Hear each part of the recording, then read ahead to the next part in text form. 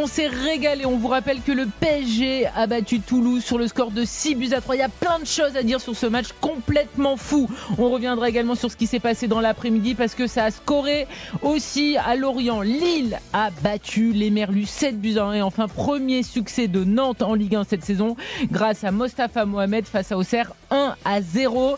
Ils sont là, ils sont en pleine forme. On s'est régalé, on va continuer de se régaler. Elton Mokolo qui continue avec nous évidemment et on accueille Walid Acharchour. Salut Bonsoir, Karine, monsieur. salut à tous. Salut Karine, salut à tous. En pleine forme? En très bonne forme, ouais, on a vu beaucoup de buts. 22 buts en 4 matchs, messieurs. Ah bah oui. C'est pas mal. Ouais. C'est pas la Bundesliga qui pourrait dire ça.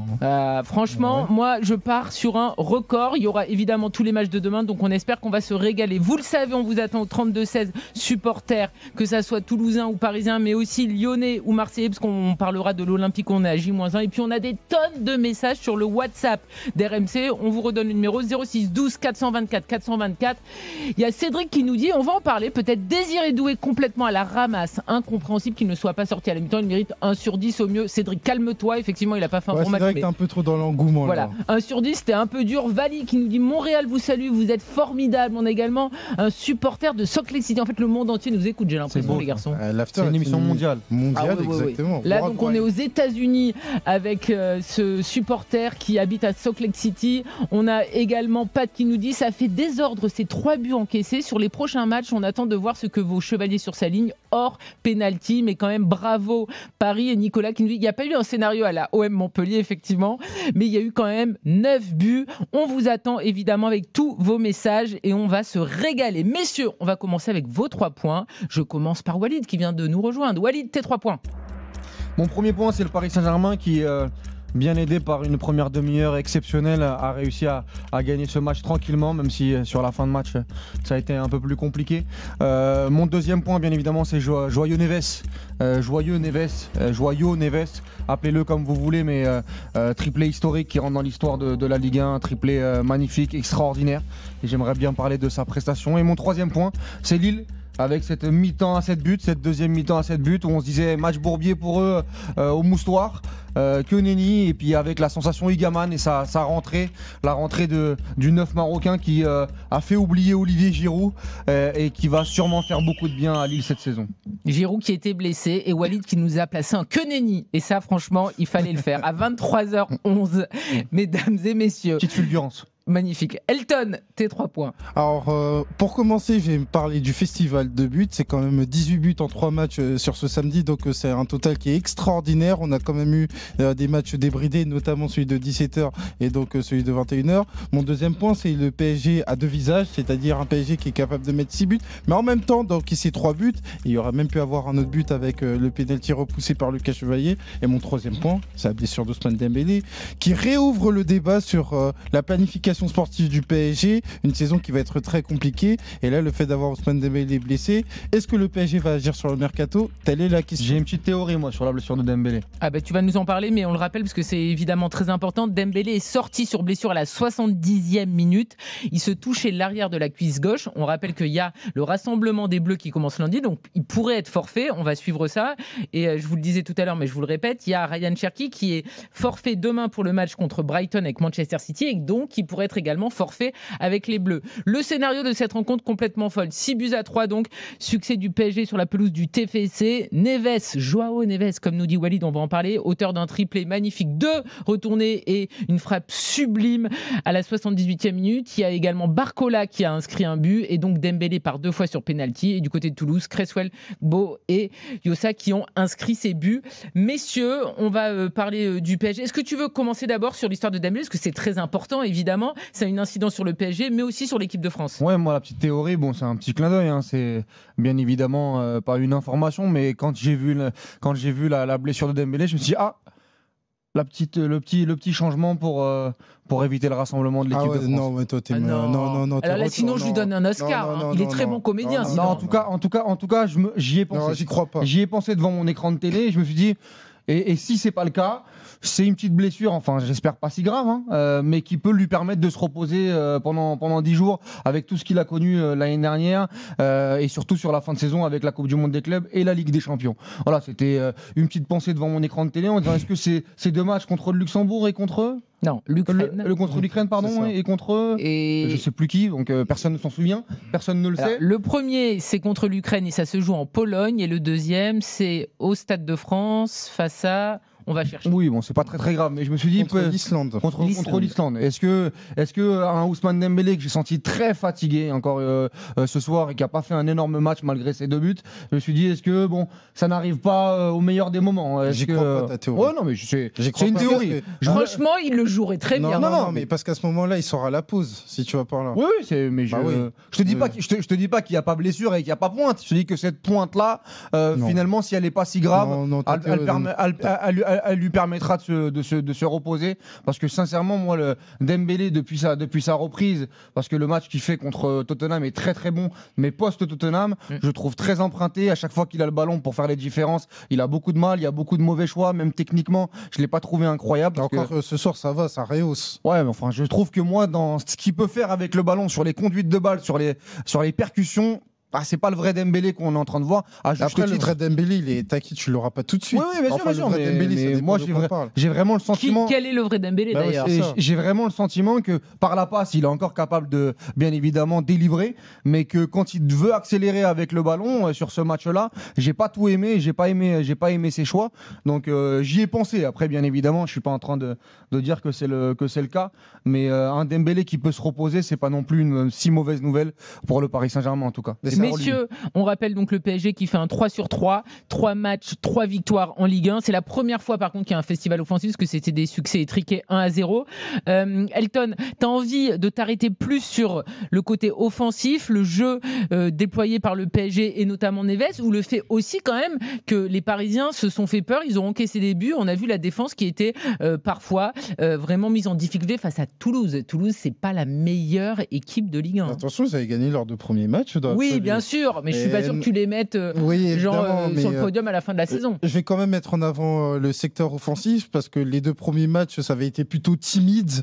Tu avais gagné 1-0 à 2 reprises. Et là, cette fois-ci, il y a 6 buts. Il y a des éléments offensifs que j'ai bien aimés et des éléments offensifs. Tu peux même inclure le milieu de terrain avec Fabien Ruiz à la passe, João Neves avec son triplé. Donc pour moi, c'est plus qu'encourageant. C'est quand même de très bonne qualité. Et donc ça fait dire que le PSG, par rapport à ce qu'ils avaient montré sur les 3 premiers matchs contre Tottenham, même s'ils gagnent au tir au but, ils ont quand même montré de très bonnes choses contre Toulouse sur le secteur offensif. Moi je vais m'en satisfaire. Quand j'ai vu la composition d'équipe du PSG et les 2 premiers matchs de Ligue 1, je me suis dit bon, allez, là on veut un vrai match du Paris Saint-Germain, une équipe du PSG qui se donne au moins à fond. La première demi-heure, le premier quart d'heure, il y a quoi? Premier quart d'heure, il y a 3-0. 14e, 3-0. 14e, 3-0. À la 30e, il y a 4-0. Il n'y a pas photo dans le jeu, c'est huilé, même dans les efforts, dans la créativité, dans l'inspiration collective. On est sur du très très bon Paris Saint-Germain. Après, bien évidemment, il y a un petit creux fin de première mi-temps, plutôt logique, physique, et aussi par rapport au score qui est très très large. Tu as derrière le Chauve Chevalier, avec ces 2 pénaltys arrêtés avec deux tireurs différents. Tiens, au passage, moi j'aimerais bien que la règle change, ça, sur le tireur. Pour moi, c'est-à-dire que quand tu fais tirer quand le penalty soit le même tireur. Quand le penalty est à retirer, pour moi tu dois pas changer de tireur et tu dois garder le même tireur. Mais bref, ça c'est anecdotique. Donc Chevalier qui se rassure et qui montre encore une fois que il est très très bon sur cet exercice. Après, derrière, en début de deuxième mi-temps, on a revu une équipe du Paris Saint-Germain entreprenante, et t'as ce coup de mou sur la fin de match, mais qui pour moi reste quand même anecdotique, même si je pense que Luis Enrique il va pas aimer. il va pas du tout aimer. Mais parce que c'est pas dans sa nature. Moi je pense pour moi que ça reste anecdotique, parce que il y a 6-1 à la 90e, à la 89e, tu prends 2 buts où Beraldo se fait déguiser. Mais c'est pas la première fois, Beraldo. Oui, mais Beraldo, on sait que Beraldo va pas jouer énormément de matchs cette saison. En tout cas, il est pour moi dans la hiérarchie numéro 4. Attention, cette saison. Il est numéro 4. Zabarni, il est aussi fautif ce soir sur les buts. Ouais, non. Zabarni sur le deuxième. Sur le deuxième, sur le troisième. Oui, sur le troisième, c'est vrai qu'il doit sortir Mais bon, il y a Fabien Ruiz, il y a juste avant, Hakimi. Il y a Hakimi. Il y en a plusieurs qui sont. Voilà, c'est une échelle de responsabilité. Moi, les 2 buts, sincèrement, de ce soir, même si bien évidemment on peut être dans l'exigence avec le Paris Saint-Germain, je dirais que ça reste anecdotique. Par contre, je trouve qu'il y a des performances individuelles très très différentes. C'est quand même paradoxal. On a un Neves qui a été exceptionnel. Magnifique. On a un Désiré Doué, je suis d'accord avec notre ami sur WhatsApp, qui a été complètement à la ramasse. Tu vas pas lui mettre un sur 10. Non, pas un sur 10, mais par contre, c'est vrai qu'on a eu un Désiré Doué très très frustrant dans tous ses choix et dans tout ce qu'il a entrepris. J'ai beaucoup aimé Barcola, qui a fait un très bon match. Voilà, de toute façon, c'est le Paris Saint-Germain qui continue sa prépa, mais par rapport aux 2 premiers matchs, j'ai un PSG qui est monté en puissance et qui a quand même réalisé une grosse prestation. Mais pour revenir sur le secteur offensif, c'est quand même paradoxal parce qu'on parle de 6 buts, mais à côté de ça, quand on fait le bilan individuel, tu me dis t'as pas aimé c'était pas la meilleure version de Dembélé. Ouais. Désiré Doué, je suis totalement d'accord avec toi, c'était pas bon. Donc malgré ça, ça veut dire que c'est surtout le collectif du PSG qui ressort. Ouais, c'est le volet collectif, c'est vrai, parce que devant, j'ai bien aimé la rentrée de Zahir Emery, notamment, la rentrée de Pacho aussi, mais c'est vrai qu'il y a des individualités qui n'ont pas été au niveau, et malgré ça, il y a quand même 4-0 à la 30e, il y a 6-1 à la 89e. Il y a des choses sans ballon, moi j'ai pas aimé. Oui, il y a des choses sans ballon aussi bien sur la fin de première période que sur la deuxième période, parce que sur la fin de première période il y a un relâchement. Après tu es obligé de mettre vu le scénario, t'es obligé de mettre le scénario dans le contexte, aussi le fait que physiquement encore le Paris Saint-Germain, tu sens qu'ils montent en puissance, que là ils t'ont donné 30 minutes de très très haut niveau et que derrière ils ont un peu pioché. Il y a eu aussi des changements de la part de Luis Enrique assez tôt dans la rencontre, avec la sortie de Nuno Mendes, Pacho qui a joué dans un rôle un peu différent, c'était plus une défense latérale gauche, mais dans un rôle de troisième défenseur. Voilà, troisième défenseur gauche. Donc ça reste pour moi très très positif du côté du Paris Saint-Germain, surtout avec certaines individualités qui ne sont pas encore au niveau ni physique ni mental. On accueille tout de suite Jules, supporter parisien. Bonsoir Jules. Est-ce que tu t'es régalé ce soir? Est-ce que tu retiens... Alors Jules, il va falloir que tu coupes ton retour radio à mon avis. Ouais, Jules, on écoute 2 fois Karine. Il n'y a pas de problème. Bonsoir. Bonsoir Jules. Parce qu'on a écouté du coup avec mon père et même super la radio toute la soirée. Et déjà, on est parti sur un super match au début, mais je voulais juste rebondir sur 2 choses. Tout d'abord, Elton, c'est bien ça? Bien sûr. Elton et Walid, donc c'est au choix. Je ne sais pas sur qui tu veux réagir. Je vais rebondir sur ce qu'a dit Elton sur presque tout le match. Pardon, non mais voilà, mais en fait, il parlait beaucoup de négatif, je trouve. Surtout sur le fait que on est sur Luis Enrique qui planifie un peu la planification de jeu qui est un peu mal faite. J'ai pas dit ça. Non, à mon avis, tu t'es branché sur une autre radio. Non, là, j'ai l'impression. On a compris. Avec mon père, on a compris la même chose. Moi je dis A, vous pensez B alors. Ah non. Mais c'est juste que. Enfin, on vous a entendu dire ça 1 ou 2 fois, donc je pensais que. C'est sur quoi que t'es pas d'accord? Non, la planification c'était sur Dembélé. C'était une question qui allait se poser. Non, c'était juste sur Dembélé, la question qui allait se poser, parce que on a déjà vu Kvara qui a été touché, Dembélé qui a été touché, donc on sait que c'est une saison qui va être plus compliquée. Donc est-ce que le PSG va recruter ou pas? Mais ça n'a rien à voir. C'est vrai que c'est une question légitime. Ça rebondit sur ma deuxième question alors. Ça rebondit en fait sur le fait que là on parle en fait du calendrier un peu serré. Parce que on est sur la trêve, on est sur la liste de Monsieur Deschamps, qui a en fait sélectionné beaucoup de joueurs du PSG. Ouais, mais ça c'est normal. Jules, quand t'es une équipe dominante, t'as évidemment beaucoup d'internationaux. Je sais pas si vous avez vu la liste de Ancelotti. Oui, j'ai vu avec les Madrilènes. Qui n'a pas sélectionné de joueurs du Real.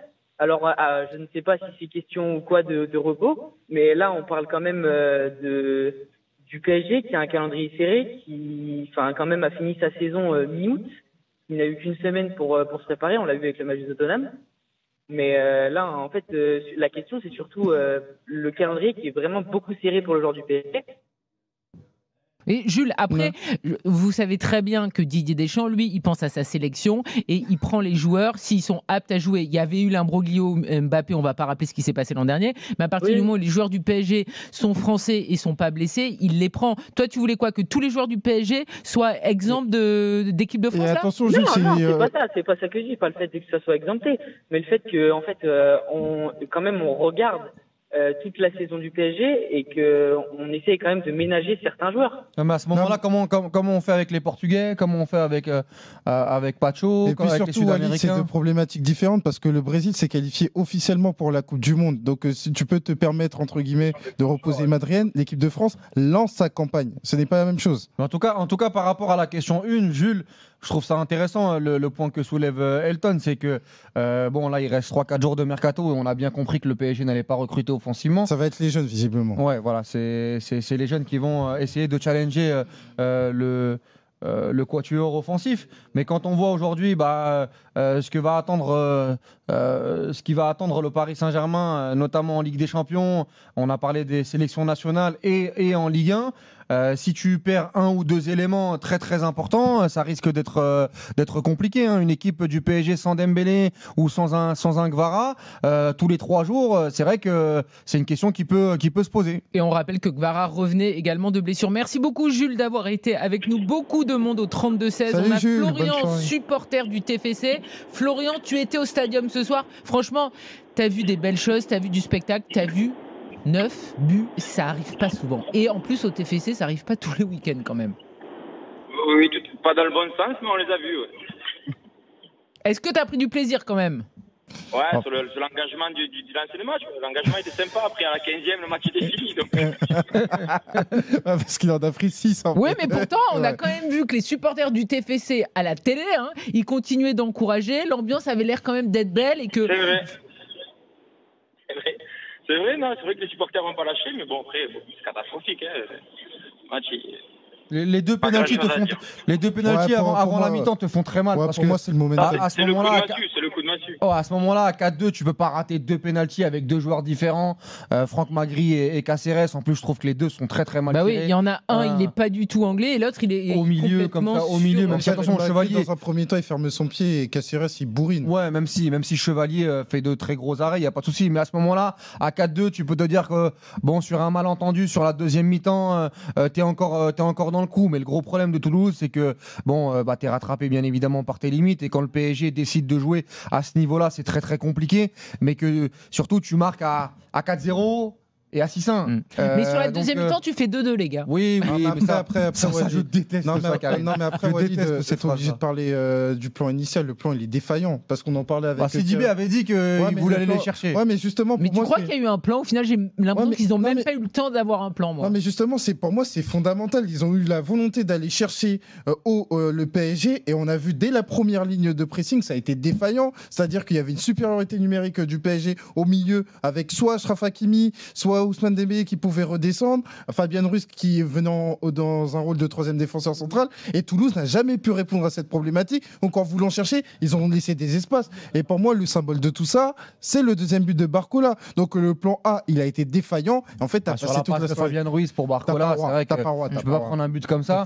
Maintenant, bon, et Guillaume Rest, qui met trop de temps à intervenir. Quand j'ai regardé le match et quand je vois le score 4-0 à la 30e, je me suis dit, purée, on a fait beaucoup de débats sur les blocs bas face au PSG. Je pense qu'on va s'en retaper rapidement, parce que Toulouse qui a essayé d'aller les chercher un petit peu sur la première mi-temps. Il faut bien le faire. Oui, il faut bien le faire. Oui, après, est-ce que aujourd'hui, même en le faisant bien face à des joueurs comme Vitinha, comme Fabien Ruiz, comme Désiré Doué, qui peuvent se retourner à n'importe quel moment, même Nuno Mendes et Hakimi, qui sont capables d'intégrer le milieu de terrain, d'aller très très vite vers l'avant, de faire du passe et va.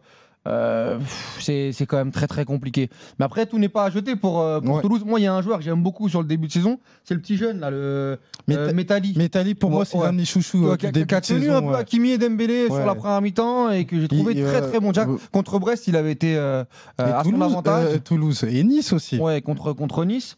Et c'est vrai que c'est un très très jeune joueur qu'il va falloir suivre. Lille s'était positionné, si je dis pas. Non, attends, tu vas pas nous faire comme Romain. Là, on a l'impression que tous les Toulousains vont partir. En même temps, là, il est post-piston gauche et tout, ça peut être très intéressant. Mais c'est vrai que pour moi, il est bluffant. Enfin, il est bluffant par rapport à ce qu'il passe ce soir, mais sur ce qu'il fait depuis le début de saison. Merci beaucoup, Florian, d'avoir été avec nous, supporter du TFC. Walid, tu voulais en parler, forcément, c'est l'homme du match. Il a été une nouvelle fois étincelant. C'est Joao Neves. Ouais, Joao Neves qui met un triplé exceptionnel. Bon, déjà, le premier but, tu dis waouh, le but, il est exceptionnel. T'as Ousmane Dembélé qui rate un peu son contrôle. Ça lui retombe dessus. En plus, déjà, c'est lui qui est à l'origine parce qu'il sauve le 6 mètres. Sur la ligne, derrière il revient, il se remet dans le coup et il va mettre ce but exceptionnel. Et derrière le deuxième but, que dire du deuxième but, et même dans son activité, dans sa propreté. Pendant tout le match, je me suis dit, tu vois, je vois le match de Désiré Doué, je vois le match de Joao Neves, je me disais, Désiré, ce serait bien que tu aies 20% en fait, de la simplicité de João Neves dans ton jeu. Alors on sait que c'est pas le même style, hein, t'as un jeu à risque, t'as un jeu qui est beaucoup plus tourné vers l'avant, mais dans ce qu'il fait avec, sans le ballon et le triplé qui pour moi est historique et va rentrer dans l'histoire de la Ligue 1 parce que la beauté, la perfection du triplé, des 3 buts, les deux retournés acrobatiques et cette frappe exceptionnelle, ça restera gravé dans son histoire et dans l'histoire de la Ligue 1 et ça montre encore une fois l'importance. Souvent à chaque match on se dit bon, le plus important c'est Vitinha, le plus important c'est Fabien Ruiz. Là on se rend compte encore une fois que c'est plutôt les 3 et l'emballage et le packaging au milieu de terrain qui fait beaucoup de mal aux adversaires. Et João Neves, il y aura bientôt plus de superlatifs pour décrire ses performances. Il a encore 20 ans, on rappelle, hein, il aura 21 ans à la fin du mois de septembre. Elton, c'est vrai que João Neves a été exceptionnel. Pour Désiré Doué, c'est quoi? C'est un peu le contre-coup? Ah non, sur Désiré Doué, pour moi, c'est des performances. Alors, contre-coup, je sais pas si. Il avait été bon contre Angers. Ouais, mais enfin, contre Angers, même là, contre Angers. C'était plus dangereux en tout cas. Ouais, c'était plus dangereux, mais pour moi, c'était encore timide. Mais sur Désiré Elton, pardon, je te coupe parce qu'on va tout de suite aller voir Luis Enrique en conférence de presse, l'entraîneur parisien. C'est joli toujours d'être ici parce que c'est une ambiance très positive. On a parlé sur ça dans la banque parce que on avait gagné pendant le match 1-6 et les supporters tout le temps on chante. L'ambiance est fantastique. Les matchs, je pense qu'on a contrôlé pendant les premières 60 minutes tous les matchs contre un adversaire qui il a voulu attaquer, il a eu des chances. Mais je pense qu'on a été très bien et c'était un dommage pour nous les parties finales du match, mais on doit accepter que le rival a de la qualité et c'est normal d'avoir.